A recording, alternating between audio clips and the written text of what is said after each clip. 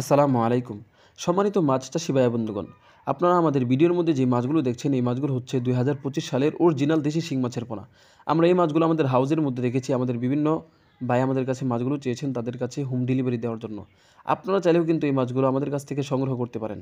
আমরা এই মাছগুলো সারা বাংলাদেশের যেকোনো প্রান্তে হোম ডেলিভারি দিয়ে থাকি। মাছ চাষি ভাই বন্ধুগণ, চলুন আমরা সংক্ষেপে জেনে আসি এই দেশি শিং মাছ চাষ সম্পর্কে কিছু গুরুত্বপূর্ণ তথ্য ও পরামর্শ।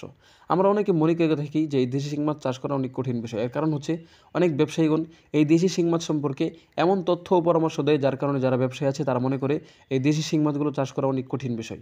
আসলেই এই মাছগুলো চাষ করা এটা কঠিন নয়। চলুন আমরা সহজেই জেনে আসি এই মাছগুলো কীভাবে সহজে চাষ করব। সেক্ষেত্রে সর্বপ্রথম যখন আমরা এই মাছগুলো চাষ করব, আমরা এই মাছগুলোর যে পুকুরের মধ্যে দেবো সেই পুকুরটাকে সুন্দরভাবে মেরামত করে নেব। যেমন পুকুরের চতুর্পাশ আমরা ভালোভাবে বেঁধে নেব। এবং দ্বিতীয় নম্বর হচ্ছে পুকুরের তলার মধ্যে আমরা এই পুকুরের মধ্যে পানি দেওয়ার পূর্বে সেই পুকুরের তলার মধ্যে সর্বপ্রথম আমরা চুনা এবং সার ছিটিয়ে দেবো। সার ছিটিয়ে দেওয়ার পর আমরা সেটার উপর মই দিয়ে টান দিয়ে দিব। এরপর কয়েকদিন এভাবে শুকনো অবস্থায় রেখে দিয়ে তারপর পানি ঢুকাবো। পানি ঢুকানোর পর তারপর আমরা শিং মাছগুলোকে পুকুরের মধ্যে দিব।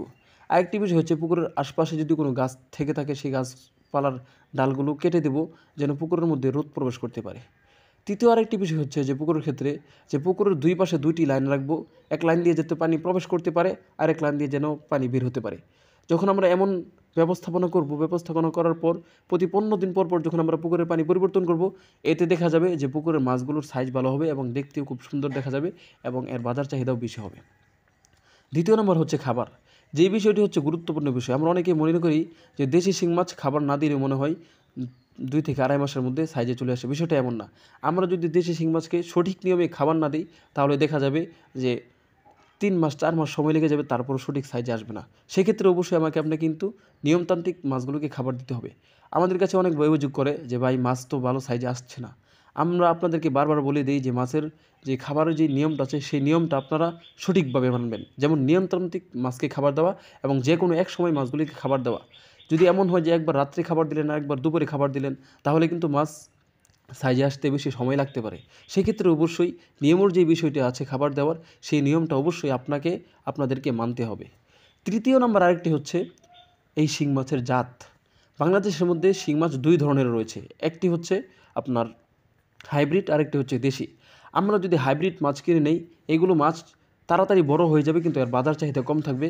কারণ এর বাজার চাহিদা কম থাকার কারণ হলো এই মাছগুলো খেতে বেশি সুস্বাদু নয়। আর দেশি শিং মাছ যেগুলো এগুলো বাজার চাহিদা বেশি থাকার কারণ হলো এই মাছগুলো খেতে খুব সুস্বাদু, তাই এর বাজার চাহিদাও বেশি থাকে। তাই সেক্ষেত্রে অবশ্যই এদেরকে কিন্তু দেশি শিং মাছ যেটা সঠিক, যেটা ভালো অরিজিনাল সেটা আপনারা দেখে ব্যবসায়ীদের কাছ থেকে ক্রয় করবেন।